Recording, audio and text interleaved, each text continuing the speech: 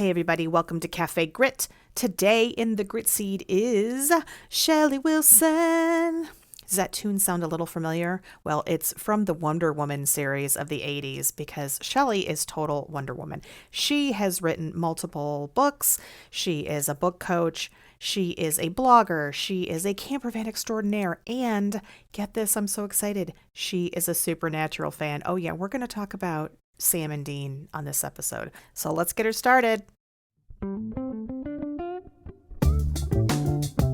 Hey everybody, welcome to Café Grit, the place to go when you've got a hankering for purpose, a taste for fulfillment, and you're tired of living the rat race.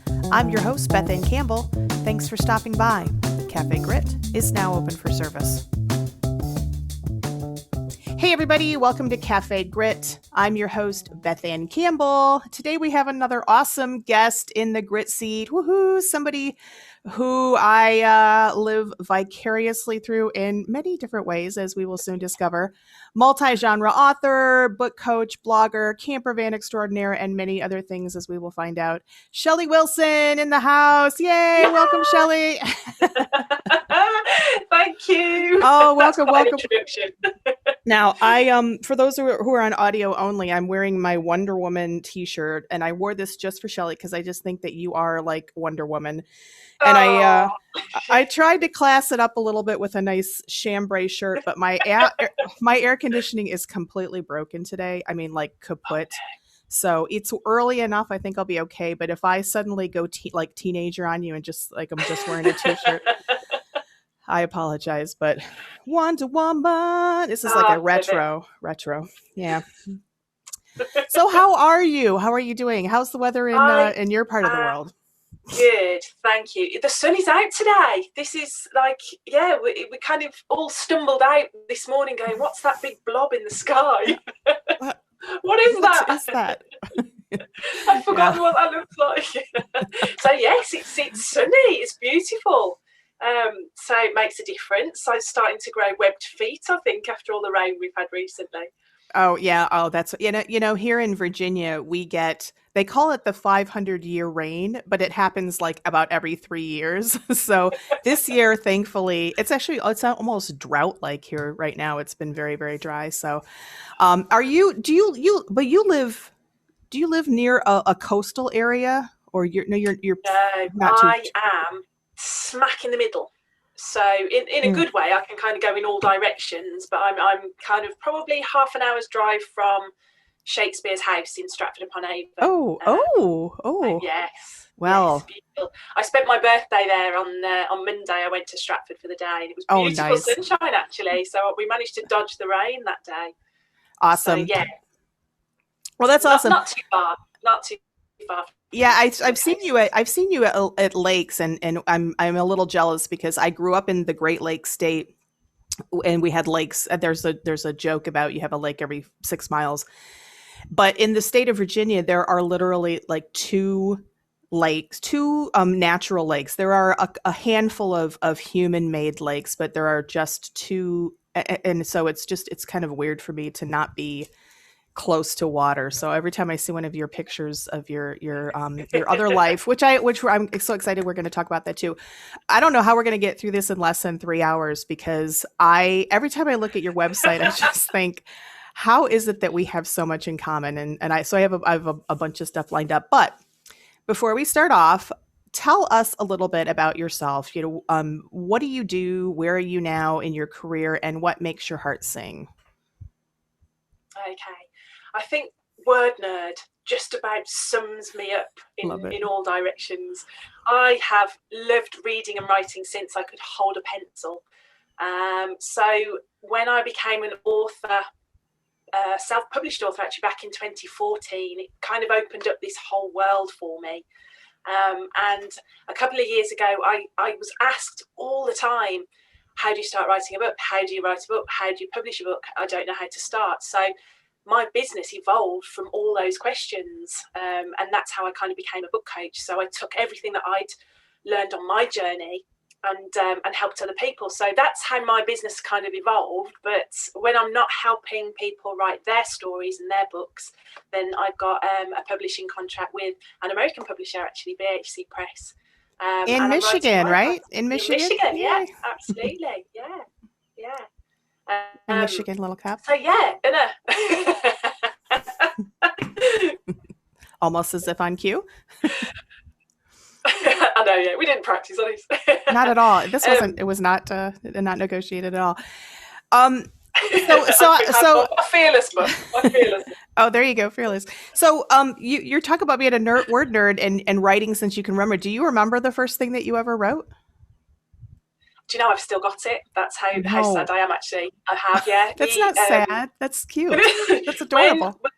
In England, when you finish like infant junior school, you used to go off on trips. I don't know if it's the same in America, but we used to have like a week away. So we went to Wales, and I wrote the story of the week, and I wrapped it in what was like nursery newspaper. So I self-published. It was fully illustrated. But it was just the story of the week and all the antics a group of 10-year-olds got up to. But yeah, I found it. I think it must have been in my mum's loft when she moved house. So I got it back, and oh my God, I do take it along when I do talks now and go, "This is my first book," and everyone looks at me going, "Really?" Really? That is fantastic. That is fantastic. So words make your heart sing. I love that, and I am so looking forward. I've signed up for some of your book coaching, your accountability group, and I'm like, so I could tell you're gonna help me a ton, because I am so lost, Shelley. I'm just gonna tell you right now. There's so much that, I mean, did you find that when you first started getting into it, like you're like, what? I don't even know what to do here. Sitting down to write the story is the easy bit, because that's just you in your head. But then when you want to turn that into something like a book or even a short story for a magazine, there's processes to go through. There's certain ways that they need to be laid out. There's procedures to go through. There are people, gatekeepers, if you like. You know, when you want to traditionally publish, there's agents. There's a whole host of stuff that you have no clue exists. You know, as a reader, you go to your local store, you buy a book, and you think, I can do this. Yeah. Yes, you can. Right. But in between and behind the scenes, there's an awful lot going on. I'm not even sure the writing part is the easy part. I find that to be somewhat difficult, but you're so right. There's just so many different aspects. And now, especially with the huge expansion of self-publishing and ebooks, there's just so many different choices of, how to do it. You can kind of, it's almost like an a la carte thing, where you can go all in, with a publisher, or you can kind of do, some of your own stuff, but then hire out, or do all of your own stuff, which I don't recommend. But, unless you're like really good, you probably could, because you're really good. Oh no, I have a team. Definitely have a team. Yeah, I put way too many exclamation marks in my manuscript, so I need an editor to take them all out. I've been told that too. I've been told I put too many. I have a little local group of a couple of women that we just do some editing, and I've been told I use caps a lot, and I use ellipses a lot. And I have this. This is a personal goal, Shelley. I want to be able to use the phrase, "Oh, the humanity," in every book that I write, because I use it like so many. I've been using it in articles and posts, and it's just a good, "Oh, the humanity," even though it's from a very tragic event. A good book title, actually. Yeah, it probably is. It probably is already title. All right. So this show is about grit. It's called Café Grit, and grit can be many things to different people. But I always ask, what is your grit story? Wow. Okay. My grit story started many, many years ago, actually. I did the usual thing. I fell in love. I got married and wanted to have this big family. Unfortunately, I married an arsehole. Am I allowed to say that? Yeah. Oh, fuck yes, you're allowed to swear. But yeah. Okay. He tested me beyond the limits. So 17 years ago this year, I walked away from a violent marriage with a 2, 3, and 5-year-old. Wow. And yeah, that took grit of a gargantuan proportion. That is grit personified. Yeah, I started over. I had to learn to survive and thrive again, and help these 3 tiny humans to get over what they've been through. And I'm happy to say they are the most amazing kids. I'm so proud of them, really am. And they're funny. They're so funny. Oh, I love it. I love it when the kids in the family, because I have nieces and nephews who are, sometimes they say these things that are so sarcastic, and I'm like, how do I'm just, I feel like it sometimes, and sometimes it's like a little wrong as an adult. I feel like I should correct, but then I go, but you get it. You get sarcasm. I like that. So yeah, that is a very, very tough thing. I can't even imagine. I cannot even imagine. What was when, so you're in this horrible situation, you've gotten out, and now you're on your own. You're basically learning, like you said, learning everything. You've got 3 small children. What was can you think back to then, and what was one of your worst moments and one of your best moments in that time? Was there like a particular moment where you were like, I can't do that? I mean, I think the worst moment kind of became the best moment, if that makes sense. So as I was in the thick of it all, I knew I needed to get out. I didn't know how. I was terrified. There was a lot going on, and I realized he was having an affair at the same time. Oh my God. And he is an asshole. Yeah. He didn't come home one night and then messaged me, like rang me in the morning to apologize. And I don't know whether it was that distance or the fact that he wasn't stood in front of me. I don't know. But over the phone, I said, I'm done. I want a divorce. I want out. I'm not having this anymore. So that, on top of, by the way, you're violent, you're this, that, and the other. Oh, and also I'm having an affair. That, oh my goodness, was also the, right, that's it. I am done. And so that's the worst point. Fist boom. That was the worst point, but it became the best point, because that was when the decision was made and the words came out of my mouth, and that was it then. I literally packed the kids in the back of the car and went. Wow. And you've been through all of this, which I imagine, was everybody's life is ups and downs, but I can only imagine you're there, you were in this situation you thought was going to be forever, for better, for worse. And then it just took a tank, and now you're on your own. And yet you're such a positive person. And I say that in a very complimentary way, because you're not like a annoying, positive, like I'm, Pollyanna, everything's just great, which nobody likes, there is, and I know there are some toxic positive people out there, but you're just generally have a positive. Does anything make you angry these days? What makes you angry? I want to know, because like every time I see Shelley, she just seems like she is living life in a very authentic way. But I do get road rage a little bit, but now what is your worst road rage? What is the thing that will tick you off? Do you know what annoys me the most? When people throw litter out of the car. Do they do that? Oh, yeah, I guess they do. Yeah. I hate that. Littering, any kind of littering, that really does. Like, do you follow them around? Like, just I pick it up and follow them, give it back to them. Yeah, just throw it back through their car window. Oh my God.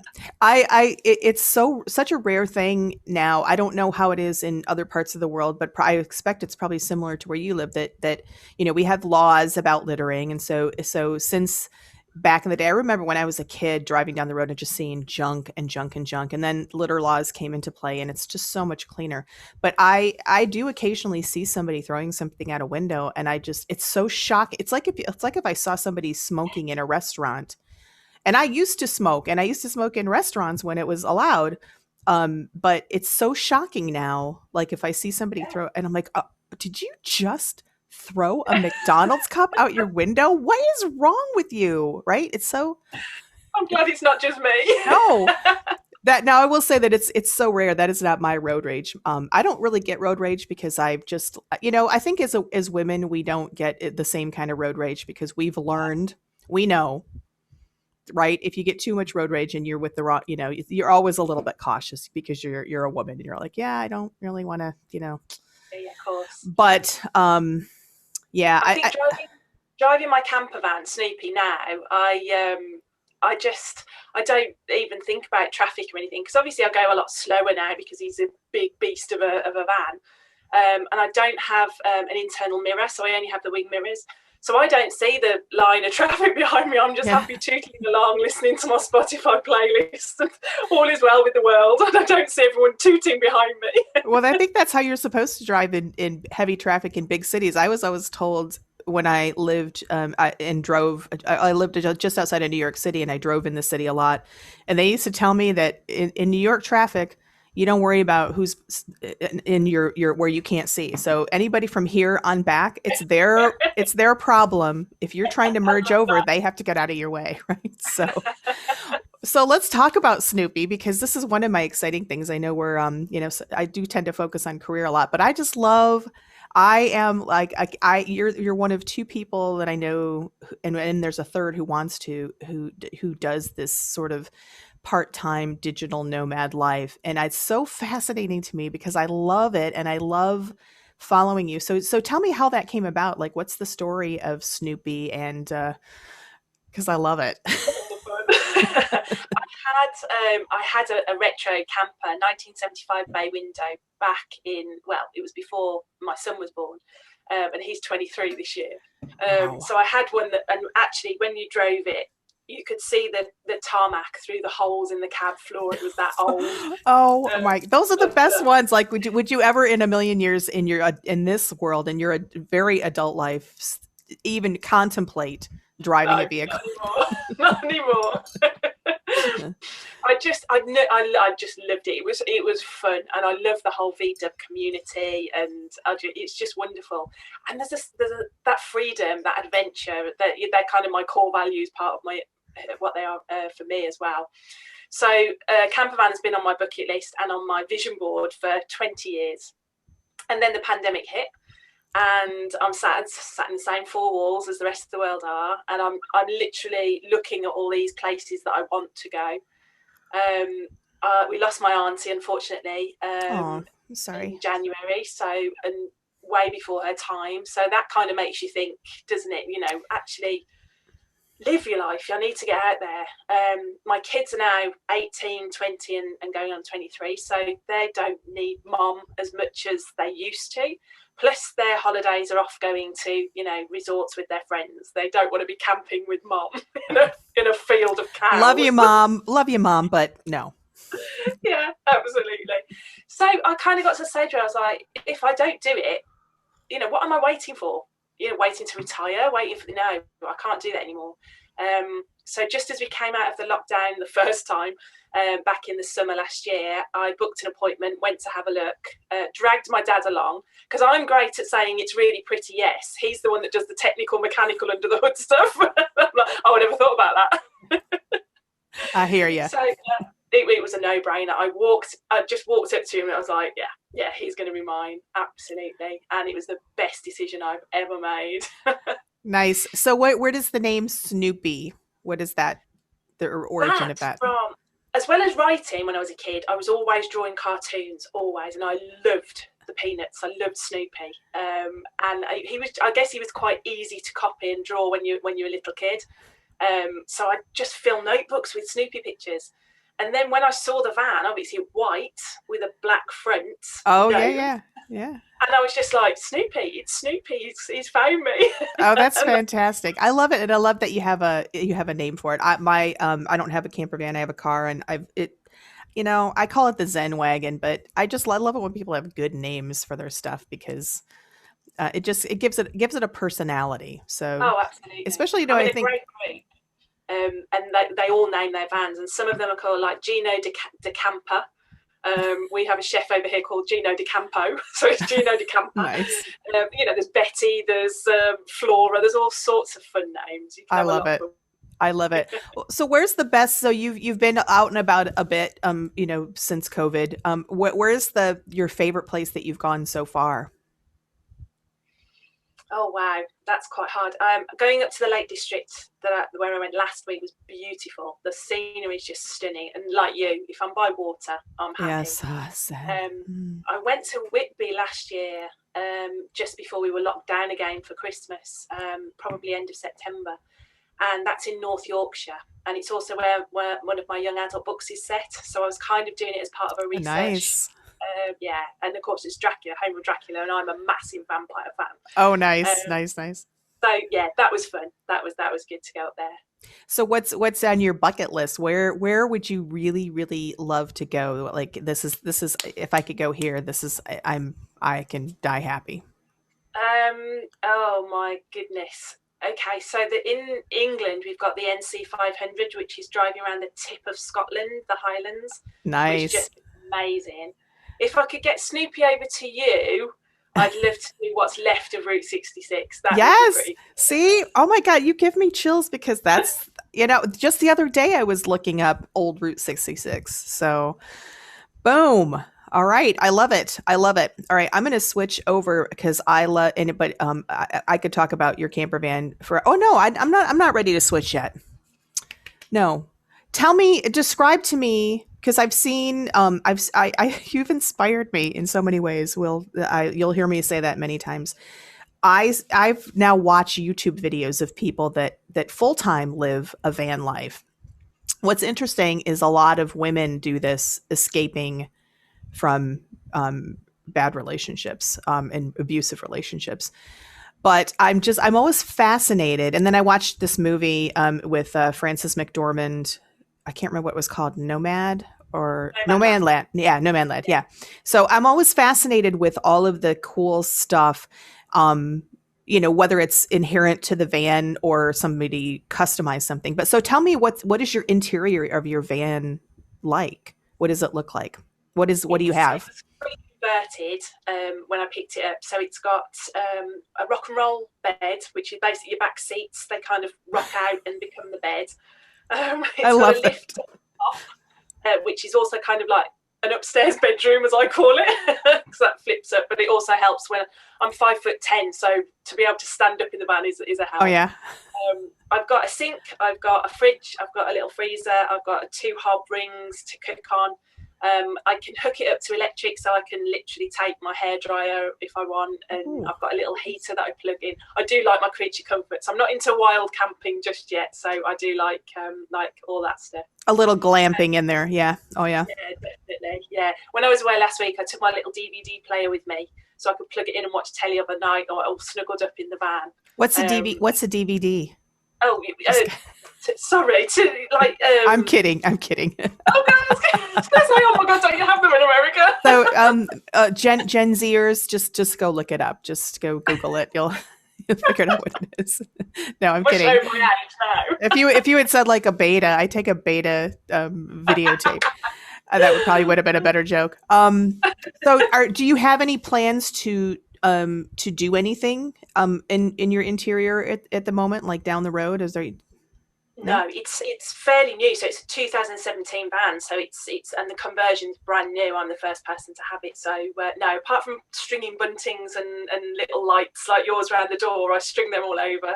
So and I've got so much Snoopy merchandise. Honestly, of course, I've got a little Woodstock that sits on the armchair, and I've got a little baby Snoopy that sits in the front, and cushions, and oh yeah. Oh, that's fabulous.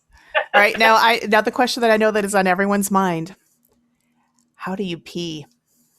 Oh well, okay. There's lots of variations. I book campsites that have got the toilet and the shower blocks because creature comforts all the way. Yes. However, you can purchase things like Shiwi, which is basically a bucket with a bag in it. I do have a porta potty, so it's a decent size, but it's a portable toilet, and it's got the solution in the bottom, so no pun intended, that breaks down any solids or weir that goes in it. But I kind of have it for emergencies. So if it's really raining at 3 o'clock in the morning, I'll use the porta potty rather than go out into the campsite. But other than that, I'll just use the facility. Because honestly, Shelley, I can't think of many worse things than if I had to take a dump or take a poo at 3 a.m. in the morning and it is like storming outside. I would have to. So I love this. I think now that you were describing this, I've seen these before. It kind of looks like a little toilet seat, right? Yeah. And then there's some stuff. Okay, all right, that's fair. I pee a lot in the night, and I have a healthy bowel system, so I would these are things that pressing on people's minds. So, okay. So, I am going to switch gears a little bit now because even though I love, and I could talk about that for forever, but, for anybody who's listening or watching, definitely go out and, what is your Instagram ID? Campervan Writer. Campervan Writer. Go follow Campervan Writer, and of course other social media, which I'll make sure is in the show notes, because it's just fun stuff and very inspiring. So, but I want to talk a little bit about the word nerd. So I'm going to start this off by saying I just finished a few weeks ago one of your books, How I Changed My Life in a Year. For anybody who isn't aware, it's a month by month. Shelley sets goals for herself in different areas and walks us through how she accomplishes it. And I will tell you, you totally inspired me because you have a chapter on your health and stuff. And I was kind of focusing on health, but I hadn't really done anything concrete towards that end, because my number one goal for 2021 is improve my health, physical, mental, and spiritual. And so you inspired me I contacted a coach and I've been working with her. First of all, thank you for that. I loved reading this book. It was so exciting. So after getting done with this particular book, I wondered, do you have any goals that you're working on right now? So you went through a lot of different things in the book, but what are your current goals that you're working on? Well, that book I wrote back in 2013 and it came out in 2014. So wow. It amazes me. Yeah, it amazes me. I still get comments and messages now, people telling me how inspired they've been and motivated to do their own challenges. And I love that. So thank you for your support for reading and buying the book as well. But that really fills my heart, because I think, well, it's kind of this evergreen project. That it totally is. Yeah, I probably knew that it was out. I just, in the back of my brain, but it really is something that anybody could pick up today, and there's no, it's completely, but very inspiring. What was the hardest one? I don't know if you remember, but was there one that was? I remember it all. I think back then, interesting, one of the hardest ones was giving up alcohol, even though I've been teetotal now for 8 years, but 7 years. But that particular month was really tough. The one thing that was probably the most impactful for me was doing National Novel Writing Month in the November, because I'd wanted to do that for 4 years and kept backing out through fear of failure, of judgment, of all the usual self-imposter syndrome stuff. And because I said it out loud, put it on the blog, said, right, I am doing this, it was like, you've got to show up and do it now. And I've done it every year since. And I absolutely love it so much. Some years I fail, some years I get it done. But the whole process of it is just fabulous. So it was a real bum kick for me to actually be accountable and say that I was doing it and then achieve it. So yeah, that was one of the biggest takeaways for me from that year. I love that. I think you speak for a lot of people, because I can attest. I tried it 3 or 4 years ago, and I loved the whole concept. I got in, I started writing, and then I just, life intervened. And then 2019, I finished and I succeeded. So I have my little poster over on my wall here that you get. And then last year I really wanted to do it again, and I was moving, and I just, because it is a time, to get that many words in requires a commitment, but it's such a fun group, and you can, online, the community and the community within the group. So I can attest. And I would agree that is a tough one, but it's also a great, yes. Great. So you talked a little bit about your love for vampires, and I don't know if people know this about you, but you have a very diverse portfolio of book writing. So you've written a lot of books in what I will call like adult self-help, motivation, meditation, vision boards, blogging. But you also have a couple of young adult series out there, right? You have at least a couple. Which I have one, the first one that I haven't read yet, but I'm about to. What do you find easier to write, fiction or kind of the? Oh wow. Probably fiction, because I can let my mind just go to places that are weird and bizarre, which I love. With non-fiction, obviously, you've got an element of research and making sure that your facts are right and your quotes are right and all that kind of stuff. I love writing non-fiction, don't get me wrong, because of who it can help at the end. So I know I've talked to you about who you write for is so important, and that target audience. A lot of people who want to write a book will say to me, or if I say to them, who's it for? They'll go, oh, everyone will enjoy this. And I'm like, no, they won't. A 13-year-old girl doesn't want to read about your just no. If she does, then you've got a problem. She's just very special. But yeah, you have a target audience, so you write for them. So the non-fiction, many years ago, I ran a holistic spa. So I'm a Reiki master teacher. I'm a reflexologist, EFT. Of course you are. All that kind of stuff. So it was the end. It was always that client that I always thinking of, right, who can I help? How can I help them? And they were always key to writing non-fiction. With fiction, it was more, I've gone out to play now. My inner child can go out and play. So I think that's what I love to write. I love that. When you're writing, I'm curious because I've heard people talk about this a little bit before. When you're writing your, I guess it would be, it could happen in both, but probably you mentioned that you have to do some research for your nonfiction. Are you a person who just gets it on paper and makes notes and goes later? Or are you the kind of person who, okay, I'm in the middle of a paragraph and did they have 911 back then? Or, and are you going off and,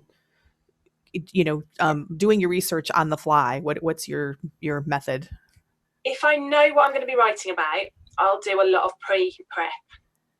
But there's always something that you'll miss, exactly as you've just said. You'll be typing out something and you'll go, oh my goodness, I don't know that. So I put 3 big crosses and I put them in red and I just keep typing. Oh, nice. I like that. Like a little, okay, yeah. Get it all out of my head and down with the information that I've collated. If I've missed anything, then I can literally, I'll go back later and fill in the gaps. I love that. You pull yourself out of the flow, which is so hard. Right. And I do that. That's especially when I was doing NaNoWriMo, National Novel Writing Month. I was working on a piece of fiction. And I just kept going down these rabbit holes of, okay, well, what kind of phone would they have used back then? And then I would have to stop myself and say, don't do it. So I'm a yellow highlighter. I write in Word. So I highlight in yellow. And then sometimes if it's something that's not obvious, I'll put a little comment in there too. But but it's fun. I almost like the research as much as the actual writing. Awesome. Yeah, I wrote a young adult book. It should be coming out next year, hopefully, and it's about Vikings. So it's still young adult, but I'm fascinated by the whole Viking era. Absolutely love it. So there was a lot of research involved with that, and timelines and names and costumes and weaponry and everything. But oh my goodness, I had a lot of fun writing that. Oh, I can't wait. That sounds really exciting. So what is the most interesting thing that you found out about the Viking world that surprised you? I am going to claim this, but I don't know if you have something similar, but in England, we've got something called ancestry.com where you can trace your family history. Yes. And there's a thing where you literally spit in a tube and send it off and they analyse your spit. Yep. I've done it. Yep. So I did that and it came back and I think I was 30. I'm 5% from Great Britain. I was like 38% the Viking way, and I think 46% Irish way, 1% African. It was amazing. It absolutely blew my mind. Yeah, but part of me was like, I was a shield maiden. I was a shield maiden. One of my ancestors was a Viking, and that was it. I just ran with it. You were what's her name from the Viking show? You're Lagertha. Yes. She was a badass. I will tell you what. Oh, I love absolutely. Her. Yeah, that's inspiration right there. For sure. Okay, let's see. I got so many fun stuff here too, because I want to talk a little bit about, Just everybody go to Shelley's website, because your bio area just has so much cool stuff. This is where I go and I think, how in the hell can we have, you are my sister from another mister, right? So you talk about, and this is gonna be way out there, this has nothing to do. So if you want to go back to talking about books, just steer me back. But I love talking about the fun stuff. So you said that Captain America is your favorite Avenger. Who's your least favorite Avenger? Oh, blimey. That's actually really hard. I don't. Who are you going to offend? Which Avenger are you going to offend by saying? I'm going to tell you mine right now is my least favorite is probably Iron Man. And I know I'm going to get hate mail for that. I hope my son's not listening. I'm sorry, son of Shelley, but and it's not that I like them all. It's just that Iron Man just is kind of annoying to me. I don't know. Yeah, I don't think I have any. I think they're just in how much I love them league. But yeah, I'm Captain America. My eldest son is Iron Man, and then the other two are both Spider-Man fans. So we are all a bit of a Marvel nut family, to be fair. Yeah, I don't know if I could even pick a favorite, but I do. As the feminist in me says, I do like Black Widow and I do like Captain Marvel, but I also, and this might be the first time I've admitted this on air, but I might be a secret Loki fan. Loki's a legend. Yeah. Just and I think they're coming out with the Loki movie. So yes, I saw that actually. Yeah. Okay, so you also love post-apocalyptic stories. Me too, Shelley. Me too. We are sisters. My favorite book of all time is The Stand by Stephen King, but I've read other things too, like The Road. That's another good one. I need a good recommendation for my next post-apocalyptic book. Do you have any?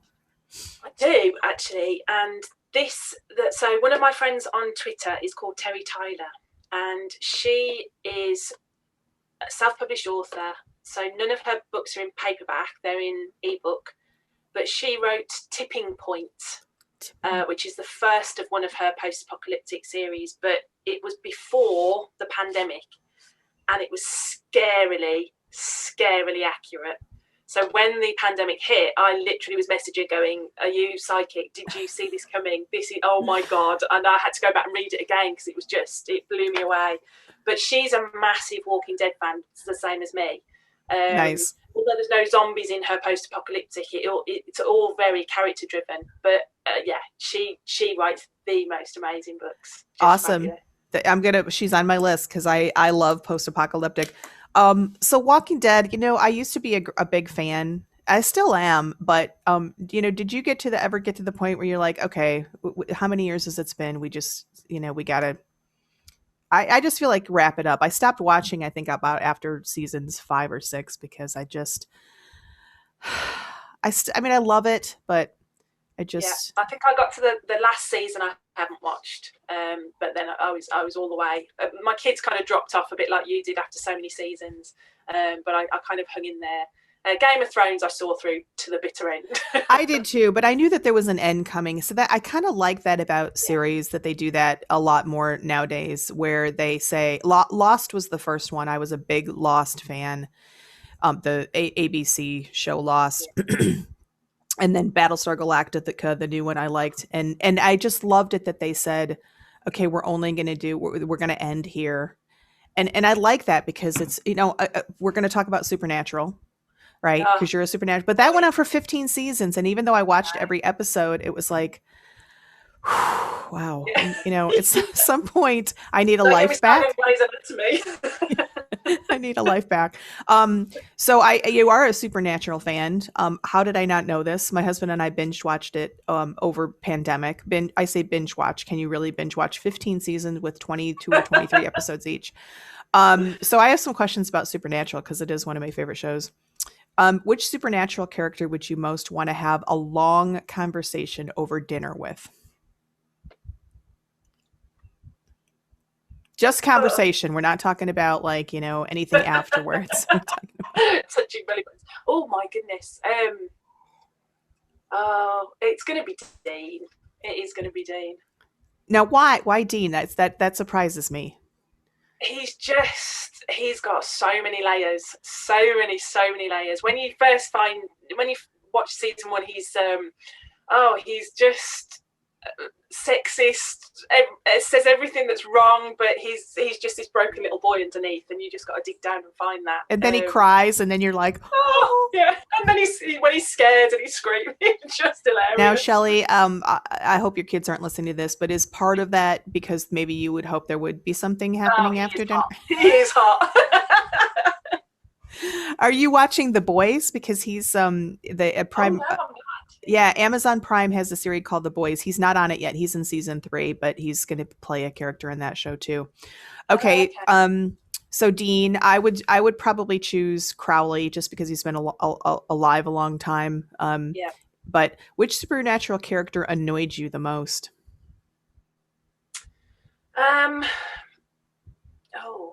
None of them did, Beth. I love them all, just like the Avengers. No. I've forgotten the one that God. Oh yeah, God. You know, I had such high hopes for God. I thought he was so cool when he was a total dick. Yeah, he was a total dick. Yeah. I would agree with that. Was like, really? Yeah, no, I'm not loving this.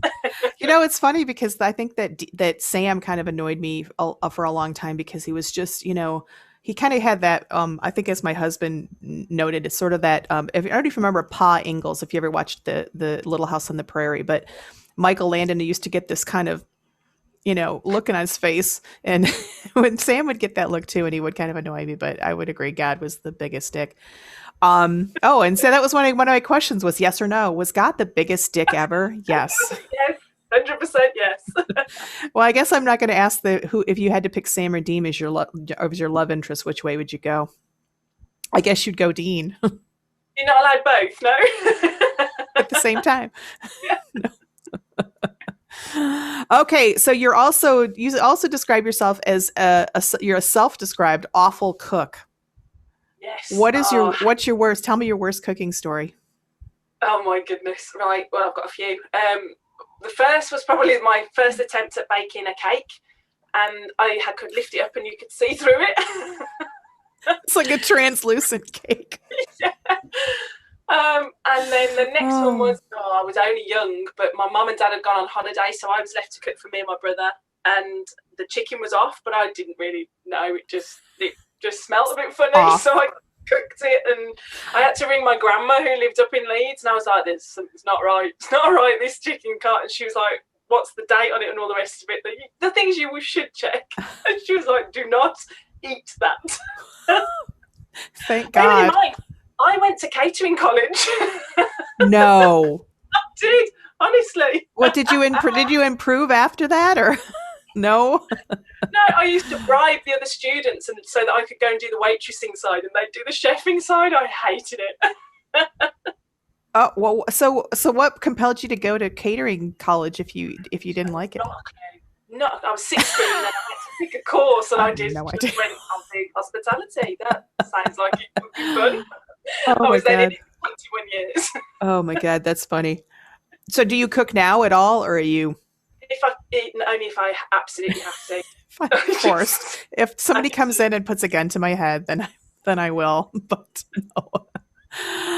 Oh my God, that's so hilarious. Oh my God. I mean, you're just so fun. I'm like crying. I'm crying. You're one of those people that's just like, you know what? I'm just going to go for it. Whatever. I don't. And if it works out, it works out.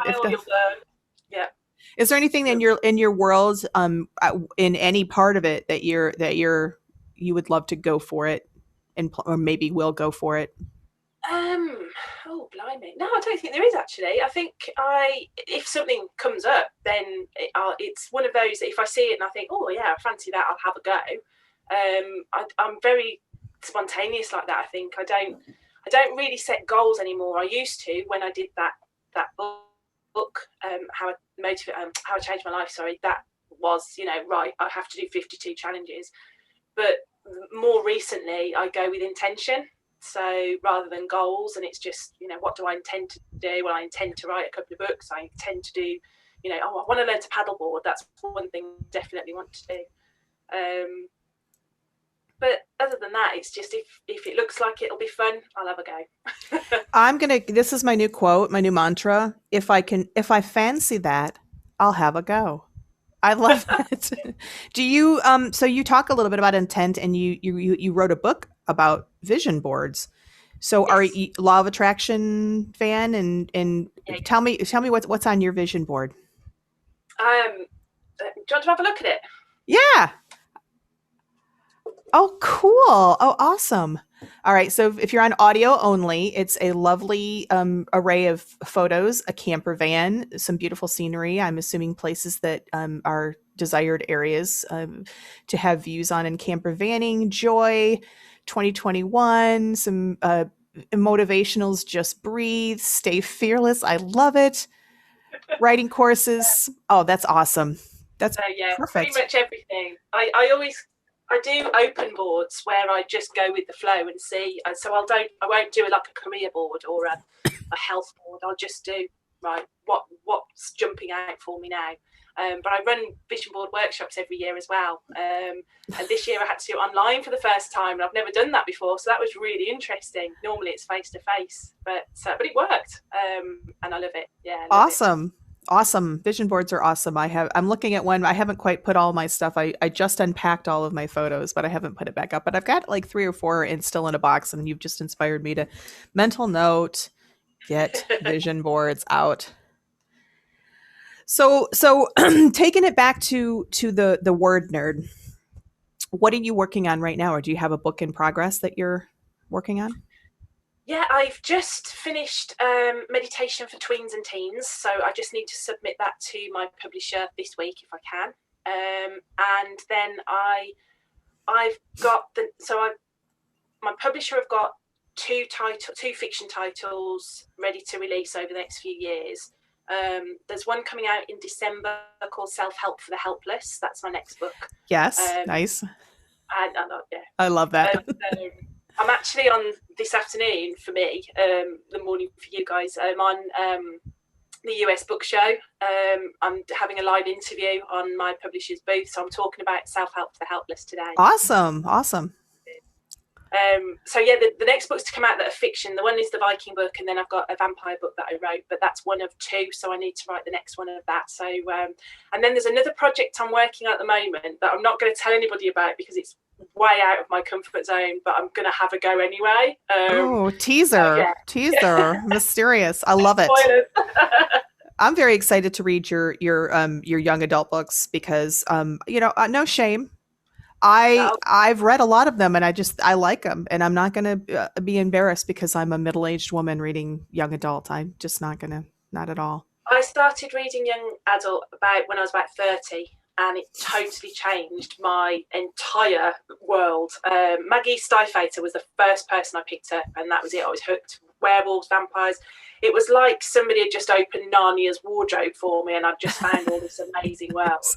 Nice. So yeah, and I'm 49 now, and I'm still, you will find me smack bang in the middle of the teen section at Waterstone's bookshop with all the other kids. Look, no, I want that one. No, I want that one. I've read that one. You're braver than me because I'm usually like this. It's for my niece. No, be proud. Somebody in the family. Be proud. Sing it out loud.